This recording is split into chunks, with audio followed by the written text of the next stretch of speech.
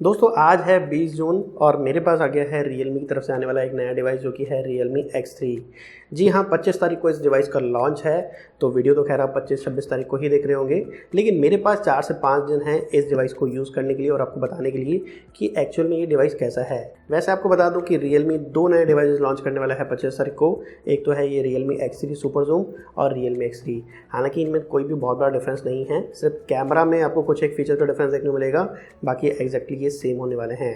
तो आज की इस वीडियो में अनबॉक्सिंग कर लेते हैं और फिर मैं धीरे धीरे इसको यूज़ करता जाऊंगा और आपको बताते जाऊंगा इसी वीडियो में कि कैसा है ये फ़ोन, कितनी देर में चार्ज करता है, कितनी देर में डिस्चार्ज करता है, कैमरा कैसा है और जो बाकी फीचर्स हैं जैसे कि गेमिंग वगैरह आपको कैसा देखने को मिलता है। तो चलिए एक बार एक क्विक अनबॉक्सिंग करता हूँ इस फ़ोन की और फिर मैं धीरे धीरे यूज़ करते हुए आपको सारी चीज़ें बताने वाला हूँ, तो आपको सारी बातें इस डिवाइस के बारे में पता लगने वाली हैं। तो चलिए अब चलते हैं क्विक अनबॉक्सिंग की तरफ। हाँ जी दोस्तों, तो हम बिल्कुल तैयार हैं Realme की कलर थीम के साथ में X3 सुपर जूम की अनबॉक्सिंग करने के लिए। बॉक्स बिल्कुल वैसा ही टिपिकल जैसे Realme के बॉक्सेस आपको देखने को मिलते हैं। जी हाँ, येलो कलर का बॉक्स है, यहाँ लिखा है X3, नीचे लिखा है सुपर जूम Realme। और अगर हम करते हैं इसको बैक साइड में तो कुछ की हाईलाइट फीचर आपको यहाँ पर देखने को मिल जाते हैं, जिसकी ऑफकोर्स हम बात करने वाले हैं डिटेल में। तो चलिए अब इस कर लेते हैं इस बॉक्स को अनबॉक्स। तो दोस्तों हमेशा की तरह बॉक्स में हमें सबसे पहले देखने को मिलता है एक एनवलप, जहाँ पे दिया गया है एक ट्रांसपेरेंट बैक कवर और कुछ डॉक्यूमेंटेशंस। इसके बाद दोस्तों हमें देखने को मिलता है ये फ़ोन जो कि हमारे पास अवेलेबल है वाइट कलर में। इसके बाद दोस्तों हमको देखने को मिलता है ये एक चार्जर जो कि आता है 30 वॉट के आउटपुट रेटिंग के साथ में। इसके बाद है एक डेटा केबल जो कि आता है टाइप सी पोर्ट में, और लास्ट में दोस्तों है एक सिम इजेक्टर टूल। और दोस्तों ये हैं सारे बॉक्स कंटेंट जो कि आपको देखने को मिलते हैं Realme X3 के साथ में। और दोस्तों ये है Realme X3। अब बात करते हैं फर्स्ट इंप्रेशन की। तो जो लुक एंड फील है ये नो डाउट काफ़ी ज़्यादा प्रीमियम आपको देखने को मिलेगा। जो बैक साइड है ये भी काफ़ी ज़्यादा ग्लॉसी आपको देखने को मिल रहा है, और ये ग्लास बिल्ट है, Gorilla Glass 5 का प्रोडक्शन यहाँ पे दिया गया है, तो एक अच्छी चीज़ है। लेकिन अगर मैं बात करता हूँ डिज़ाइन की तो कुछ नया देखने को नहीं मिल रहा है, क्योंकि ऐसा ही डिज़ाइन हम Realme के पहले वाले फ़ोन्स में देख चुके हैं। और अगर मैं बात करता हूँ Realme XT की तो ये करीब करीब वैसा ही डिज़ाइन देखने को मिल रहा है। लेकिन हाँ, जो हैंड्स ऑन फील है ये अच्छा है और ये बहुत ज़्यादा भारी भी नहीं है। इनफैक्ट यहाँ पर आपको ग्लास बिल्ड देखने को मिल रहा है। उसके बाद भी मैं कहूँगा कि ये लाइट वेट डिवाइस आपको देखने को मिल रहा है। फ्रंट साइड की बात करते हैं तो यहाँ पर आपको देखने को मिलता है एक ड्यूअल पंच होल वाला डिस्प्ले। और अगर मैं बात करता हूँ दोस्तों इसके फिजिकल ओवरव्यू की तो आपको बता दूं कि इसमें आपको 3.5 जैक देखने को नहीं मिल रहा है, तो ये चीज़ यहाँ पे मिसिंग है। और यहाँ पर अगर हम बात करते हैं इसके सिम स्लॉट की जो कि आपको मिलता है नीचे की तरफ, तो यहाँ पे भी आपको 2 सिम कार्ड का ऑप्शन तो देखने को मिल रहा है, लेकिन इसमें कोई भी माइक्रो SD कार्ड लगाने का ऑप्शन नहीं है। मतलब कि आप सिर्फ 2 सिम कार्ड ही यहाँ पे लगा सकते हैं। तो ये चीज़ें आपको थोड़ा सा कॉम्प्रोमाइज़ करना पड़ता है अगर आप फ्लैगशिप किलर फ़ोन की तरफ जाते हैं या फिर फ्लैगशिप फ़ोन की तरफ जाते हैं। चलिए मैं इसको जल्दी से कर लेता हूँ सेटअप और फिर हम बात करते हैं इस डिवाइस के बारे में। तो दोस्तों जो डिवाइस है ये कंप्लीट सेटअप हो चुका है और यहाँ पर आप देख सकते हैं काफ़ी सारे ब्लोटवेयर आपको देखने को मिलेंगे। हालांकि आप चाहें तो इसे अनइंस्टॉल कर सकते हैं कुछ इस तरीके से। जी हाँ, ये सारे जो ब्लोटवेयर हैं इसे आप अनइंस्टॉल कर सकते हैं। तो चलिए अब मैं करने वाला हूँ इसको थोड़े टाइम तक यूज़ और आपको बताने वाला हूँ कि ये डिवाइस कैसा काम करता है, क्या फीचर्स आपको यहाँ पर देखने को मिल रहे हैं और क्या ये डिवाइस दूसरे डिवाइसेस को टक्कर दे पाएगा या फिर नहीं। जी दोस्तों, तो आज है 25 जून और आज इंडिया में लॉन्च हो चुके हैं Realme X3 और Realme X3 Zoom। प्राइस रखा गया है 24,999 रुपये, मतलब 25,000 रुपये का प्राइस आपको देखने को मिलेगा, जहां पर आपको मिलता है 6 GB रैम के साथ में 128 GB स्टोरेज। ये मैं बात कर रहा हूं Realme X3 की। तो अगर हम स्ट्रेट फॉरवर्ड देखते हैं दोस्तों तो स्नैपड्रैगन 855 प्लस के लिए मैं कहूँगा कि अच्छा खासा प्राइस है। इनफैक्ट यहाँ पर आपको 10% का इंस्टेंट डिस्काउंट भी देखने को मिलेगा HDFC कार्ड से, तो इसका जो इफेक्टिव प्राइस होगा वो और भी कम होगा। तो मुझे लगता है कि अच्छा प्राइसिंग है। बाकी आप बताइएगा कि आप क्या सोचते हैं इस फ़ोन की प्राइसिंग के बारे में, आप नीचे हमें कमेंट सेक्शन में बता सकते हैं। चलिए अब बात कर लेते हैं इस डिवाइस की। तो सबसे पहले तो आपको बता दें कि इसे मैंने यूज़ किया था अपने सिम के साथ में, एयरटेल की सिम के साथ में। तो नेटवर्क वगैरह में कहीं पे भी इश्यूज मुझे देखने को नहीं मिले। अच्छा खासा यहाँ पर नेटवर्क मुझे देखने को मिला, काफ़ी अच्छी खासी कॉल्स मैंने इसमें ली, तो मुझे यहाँ पर कोई भी इश्यूज देखने को नहीं मिले नेटवर्क से रिगार्डिंग। चलिए अब चलते हैं यहाँ पर दोस्तों डिस्प्ले की तरफ, जहाँ पे मुझे लगता है कि काफ़ी सारे लोग कंफ्यूज होने वाले हैं। तो सबसे पहले तो मैं आपको बता दूं कि इससे पहले जो मैं यूज़ कर रहा था अपना सेकंड डिवाइस वो है Realme का ही X2 Pro, जहाँ पर हमें देखने को मिलता है एक सुपर एमोलेड पैनल, जबकि इसमें दिया गया है एक IPS पैनल। हालांकि अगर हम बात करते हैं रिफ्रेश रेट की तो वहाँ पर भी डिफरेंस है, लेकिन पहले अगर हम बात करते हैं डिस्प्ले क्वालिटी की तो अगर मैं सिर्फ इस फ़ोन को देखता हूँ, जी हाँ Realme X3 सुपर जूम को देखता हूँ या फिर Realme X3 को देखता हूँ, तो मुझे यहाँ पर कोई भी इशूज़ देखने को नहीं मिले डिस्प्ले में, क्योंकि यहाँ पर सच में जो डिस्प्ले था वो काफ़ी ज़्यादा ब्राइट था, जो कलर्स थे अच्छे हमको देखने को मिले हैं, तो आपको ऐसे कोई भी इशूज़ देखने को नहीं मिलेंगे। लेकिन हाँ दोस्तों, जब मैंने इसे कंपेयर किया Realme X2 Pro के साथ में, और जैसा आप यहाँ पे भी देख सकते हैं, तो मुझे डिफरेंस देखने को मिला और मुझे ऐसा लगा कि कुछ ना कुछ चीज़ यहाँ पे मिसिंग है। तो अगर आप इसे सुपर एमोलेड पैनल से कंपेयर करते हैं तो ऑब्वियसली इसका जो डिस्प्ले है वो आपको थोड़ा सा डल देखने को मिलने वाला है। हालांकि यहाँ पे भी जो ब्राइटनेस है वो 480 निट्स है, तो काफ़ी ब्राइट डिस्प्ले था, काफ़ी अच्छे कलर्स थे, लेकिन हाँ, हम इसे सुपर एमोलेड पैनल से कंपेयर नहीं कर सकते। लेकिन दोस्तों यहाँ पर डिस्प्ले को यूज़ करने का जो एक्सपीरियंस था वो काफ़ी अच्छा था, क्योंकि इस फ़ोन में आपको मिलता है 120 हर्ट्ज का रिफ्रेश रेट और ये काफ़ी ज़्यादा स्मूथ था, काफ़ी अच्छा था। इनफैक्ट यहाँ पर हमें एक और ऑप्शन देखने को मिल जाता है जो कि ऑटो सेलेक्ट का है, तो ये अपने आप ही स्विच कर लेता है। अगर आपको 60 हर्ट्ज यूज़ करना है या फिर 120 हर्ट्ज यूज़ करना है तो ये एप्लीकेशन के अकॉर्डिंग अपने आप स्विच कर लेता है, तो आप ऑटो सेलेक्ट पे भी इसे रख सकते हैं।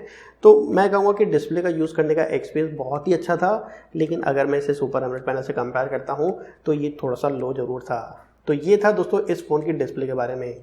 चलिए अब अगर हम बात करते हैं इस फ़ोन की परफॉर्मेंस की, तो मैं कह सकता हूँ कि दोस्तों इस फ़ोन का की हाईलाइट फीचर है इस फ़ोन का परफॉर्मेंस, क्योंकि दोस्तों यहाँ पर हमें देखने को मिलता है स्नैपड्रैगन का 855 प्लस चिपसेट, और ये पहला फ़ोन है जो कि आपको इस प्राइस में स्नैपड्रैगन 855 प्लस चिपसेट देता है।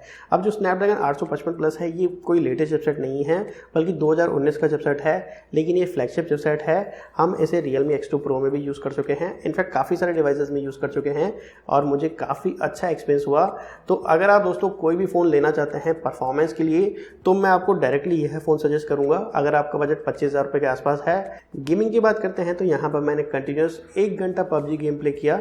वैसे तो मैंने इसमें बहुत ज़्यादा गेम खेला, लेकिन ऑन रिकॉर्ड, जी हाँ, रिकॉर्डिंग करते टाइम कंटिन्यूस 1 घंटा रिकॉर्ड किया, तो वहाँ पे मुझे देखने को मिला। पहले तो उसकी सेटिंग्स आपको बता दूँ, ये HDR के साथ में आपको एक्सट्रीम तक का ऑप्शन दे देता है। तो जब मैंने गेम प्ले को स्टार्ट किया तो HD ग्राफिक्स सेटिंग के साथ में एक्सट्रीम फ्रेम रेट को रखा, और वहाँ पे नो डाउट मुझे अमेजिंग परफॉर्मेंस देखने को मिला। कोई भी लैग आपको देखने को नहीं मिलेगा, ग्राफिक्स इतने अच्छे आपको देखने को मिलने वाले हैं। जो कंट्रोलर हैं, जो टच सेंसिटिविटी है, ये बहुत ही ज़्यादा अमेजिंग थी। तो अगर आप हार्डकोर गेमर हैं और कोई ढूंढ रहे हैं डिवाइस लगभग 25,000 रुपये की प्राइसिंग में, तो ये एक बेस्ट डिवाइस हो सकता है परफॉर्मेंस के लिए। जी हाँ, नो डाउट मुझे बहुत ही अच्छा गेमिंग एक्सपीरियंस यहाँ पर देखने को मिला है। फिर मैंने इसे चेंज किया दोस्तों HDR के साथ में एक्सट्रीम पे, तो वहाँ पे भी कुछ ऐसा ही परफॉर्मेंस था। जी हाँ, बहुत ही अच्छा गेमिंग एक्सपीरियंस आपको इस फ़ोन में देखने को मिलने वाला है। और दोस्तों ग्राफिक सेटिंग को हाई करने के बाद भी यहाँ पर काफ़ी अमेजिंग सा गेमिंग एक्सपीरियंस हमको देखने को मिला है। और वैसे दोस्तों आपको बता दूं कि मैंने यहाँ पर 1 घंटे तक कंटिन्यू गेम प्ले किया था, तो लास्ट में कुछ आपको फ्रेम ड्रॉप देखने को मिलेंगे। जी हाँ, कहीं कहीं आपको फ्रेम ड्रॉप देखने को मिलेंगे, लेकिन वो बहुत ज़्यादा गेमिंग के बाद था, तो वो तो हम मैनेज कर सकते हैं, लेकिन जो गेमिंग एक्सपीरियंस था वो नो डाउट काफ़ी कमाल का था। अब यहाँ पर आपको ये भी बता दूँ कि जब मैंने आधे घंटे के बाद चेक किया इसका रेटिंग, तो करीब ये 43-44 तक जा चुका था। लेकिन जब मैंने फिर से 1 घंटे के बाद चेक किया तो दोस्तों ये फिर से मुझे 40-41 देखने को मिला। अब यहाँ पर जो लिक्विड कूलिंग टेक्नोलॉजी है वो काम करती है, जो कि आपको इस डिवाइस में देखने को मिल जाती है, और हम लंबे टाइम तक गेमिंग भी करते हैं तो भी मुझे यहाँ पर कोई हीटिंग इश्यूज देखने को नहीं मिले।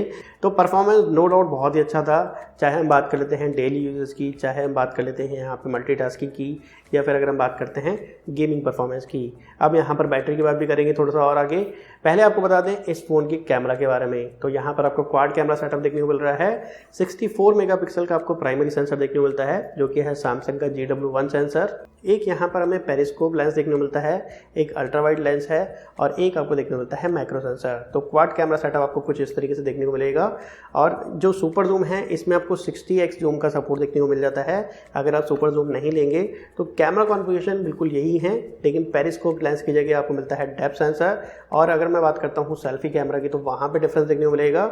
इसमें आपको 32 मेगापिक्सल का सेल्फी देखने को मिलता है, जबकि नॉर्मल Realme X3 में आपको मिलता है 16 मेगापिक्सल का सेल्फी कैमरा। तो सेल्फी कैमरा ठीक ठाक था, मैं ये नहीं कहूँगा कि बहुत ज़्यादा अट्रैक्टिव था। जी हाँ, कुछ ठीक ठाक से फोटोज़ हमको यहाँ पर देखने को मिल जाते हैं। लेकिन दोस्तों अगर मैं बात करता हूँ इस फ़ोन के रियर कैमरा की, तो ये काफ़ी ज़्यादा अमेजिंग था, और कुछ सैम्पल पिक्चर्स यहाँ पे आप देख सकते हैं। हालांकि इससे मैं बहुत ज़्यादा पिक्चर्स नहीं ले पाया, लेकिन जितने भी पिक्चर्स मैंने लिए हैं ये मुझे काफ़ी ज़्यादा इंटरेस्टिंग देखने को मिले। यहाँ पे आप कुछ पोर्ट्रेट पिक्चर्स भी देख सकते हैं, और ये कुछ ऑटोमोड के पिक्चर्स भी यहाँ पे आप देख सकते हैं। इंटरेस्टिंग इसका मैक्रो सेंसर भी था, ये भी काफ़ी अच्छी इमेजेस लेता है। और अगर मैं बात करता हूँ इसके की हाईलाइट फीचर की, जो कि है इस फ़ोन का 60x जूम, तो कुछ इस तरीके के आप पिक्चर्स ले पाएंगे। वैसे कुछ हद तक जूम करने के बाद यहाँ पर जो पिक्सल्स होते हैं या फिर जो क्वालिटी होती है वो थोड़ी सी ख़राब हो जाती है, लेकिन आप फिर भी आइडिया लगा सकते हैं 60x जूम करने के बाद भी कि यहाँ पर क्या चीज़ मेंशन है, यहाँ पर क्या वर्डिंग लिखी हुई है। तो ये सारी चीज़ आप यहाँ पर देख सकते हैं। तो ये काफ़ी इंटरेस्टिंग था, नो डाउट काफ़ी ज़्यादा इंटरेस्टिंग था। हालांकि इसके बारे में हम थोड़ा सा और आगे बात करेंगे हमारे आगे आने वाले वीडियोस में। वैसे इसमें आपको एक स्टेरी मोड भी देखने को मिल जाता है।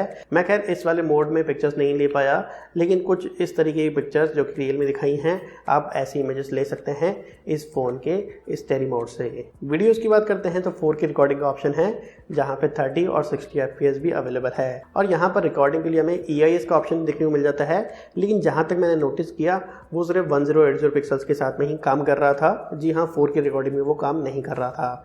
तो ये था दोस्तों इस फ़ोन के कैमरा के बारे में। अभी तक मुझे काफ़ी अच्छा लगा है। बाकी जैसा कि मैंने आपको बताया कि आगे आने वाली वीडियोस में कुछ और ज़्यादा डिटेल में बात करेंगे इस फ़ोन के कैमरा के लिए। चलिए अब चलते हैं बैटरी की तरफ, लेकिन उससे पहले एक बार चार्जिंग की बात कर लेते हैं, क्योंकि इस फ़ोन में आपको मिलता है 30 वॉट का डार्ट चार्जिंग और मैंने इसे 0 to 100% कंप्लीट चार्ज किया। तो अभी आप देख सकते हैं ये जो फ़ोन था कंप्लीट स्विच ऑफ था। मैंने जब स्टार्ट किया तो 5 मिनट के बाद चेक किया सबसे पहले, तो यह फ़ोन 5 मिनट में 12% चार्ज हो चुका था।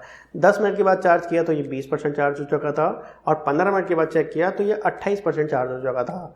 और अगर मैं बात करता हूँ आधे घंटे के बाद, तो यह फ़ोन 54% चार्ज हो चुका था। और जब मैंने चेक किया 55 मिनट में, जहाँ पे रियलमी क्लेम करता है कि 100% चार्ज हो जाएगा, लेकिन उस टाइम तक ये फ़ोन चार्ज हुआ था 1%। वैसे आपको बता दूं कि इस फ़ोन में सिम डला हुआ था, मतलब ये नेटवर्क को यूज़ कर रहा था। तो आप कह सकते हैं कि मैंने इसे एज ए प्राइमरी डिवाइस की तरह चार्ज किया, तो ये 55 मिनट में 91% चार्ज हुआ और इसे फुल चार्ज होने के लिए 1 घंटा और 1 मिनट का समय लगा था। जी हाँ, 1 घंटे में यह फ़ोन 99% तक पहुँचा था। तो कुछ इस तरीके का चार्जिंग जर्नी था इस फ़ोन के बारे में। तो 1 घंटे में आपका पूरा फ़ोन चार्ज हो जाएगा, और वो भी जब आपकी सिम लगी हुई होगी। जी हाँ, ऐसा नहीं है कि विदाउट सिम मैंने इसको चेक किया, जब सिम लगी हुई थी तब यह फ़ोन 1 घंटे में आराम से चार्ज हो जाएगा। अगर मैं बात करता हूं दोस्तों यहाँ पर बैटरी ड्रेन की, तो इस फ़ोन ने मुझे आराम से 1 से 1.5 दिन तक का बैटरी बैकअप दिया, जहाँ पे मैंने काफ़ी सारे कॉल्स ली, सोशल मीडिया को यूज़ किया, यहाँ पर मैंने गेम्स खेले, कुछ मैंने प्राइम वीडियोस पे मूवीज़ भी देखी। तो आराम से 1 से 1.5 दिन तक का बैटरी बैकअप आपको ये फ़ोन दे देता है। वैसे मैंने इसको टेस्ट भी किया गेमिंग के साथ में। जी हाँ, कंटिन्यूस, जैसे कि मैंने आपको बताया था कि 1 घंटा मैंने प्ले किया था, तो यहाँ पर मैंने इसे चेक भी किया। तो अभी आप देख सकते हैं ये जो बैटरी था वो 100% था और मैंने स्टार्ट किया PUBG गेम प्ले। अब यहाँ पर मैंने इसे अच्छे से यूज़ किया। आधे घंटे के बाद जब मैंने इसे चेक किया तो ये 90% तक पहुँचा था, मतलब आधे घंटे में 10% बैटरी ड्रॉप हो चुका था, जबकि मैं एक्सट्रीम गेमिंग कर रहा था PUBG के साथ में।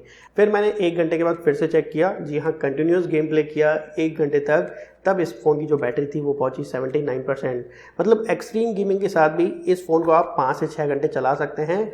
और अगर आपका नॉर्मल यूज़ है, मतलब आप 1-1.5 घंटा गेम कर लें, इसके बाद कॉल्स ले लें, इसके बाद आप सोशल मीडिया कर रहे हैं, अमेज़न प्राइम या फिर कोई भी OTT प्लेटफॉर्म यूज़ कर रहे हैं, तो आराम से 1 दिन तक चल जाएगा इस फ़ोन का बैटरी। अब अगर मैं बात करता हूँ इस फ़ोन की साउंड क्वालिटी के बारे में, तो जो स्पीकर था वो बहुत ज़्यादा लाउड तो नहीं था। जी हाँ, आप कह सकते हैं कि एवरेज साउंड क्वालिटी था, लेकिन हाँ, ईयरफोन्स में अच्छा साउंड आपको देखने को मिलता है। और वैसे भी दोस्तों, मैं रियलमी के फ़ोन्स में ईयरफोन्स में अच्छा साउंड सुनने को मिलता है, लेकिन इस वाले फ़ोन में आपको डॉल्बी एटमॉस साउंड का भी सपोर्ट देखने को मिल जाता है।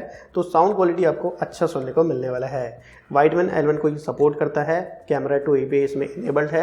और अगर हम जाते जाते बात कर लेते हैं इस फ़ोन की सिक्योरिटी की, तो साइड फिंगरप्रिंट सेंसर आपको देखने को मिल जाता है, जो कि हमेशा की तरह काफ़ी ज़्यादा फास्ट था।